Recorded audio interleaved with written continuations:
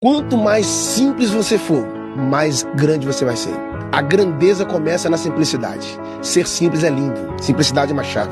A pessoa mais profunda de todos foi Jesus. Mas a pessoa mais simples também foi Jesus. Jesus sabia tudo e vivia como se não soubesse nada. E hoje tem gente que não sabe nada e quer viver como se soubesse tudo. Quem se acha grande para fazer algo pequeno é pequeno demais para executar algo grande. A grandeza começa quando você diminui. Por quê? Tem um versículo da Bíblia que os humilhados serão exaltados.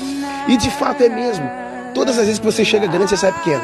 Toda vez que você chega pequeno, você sai grande. Deus não pode aumentar o seu nível se você já aumentou o seu próprio nível. Deus não pode exaltar alguém que já se exaltou. Então, quanto mais simples você for, mais grande você vai ser. A grandeza começa na simplicidade. Ser simples é lindo. Simplicidade é uma chave.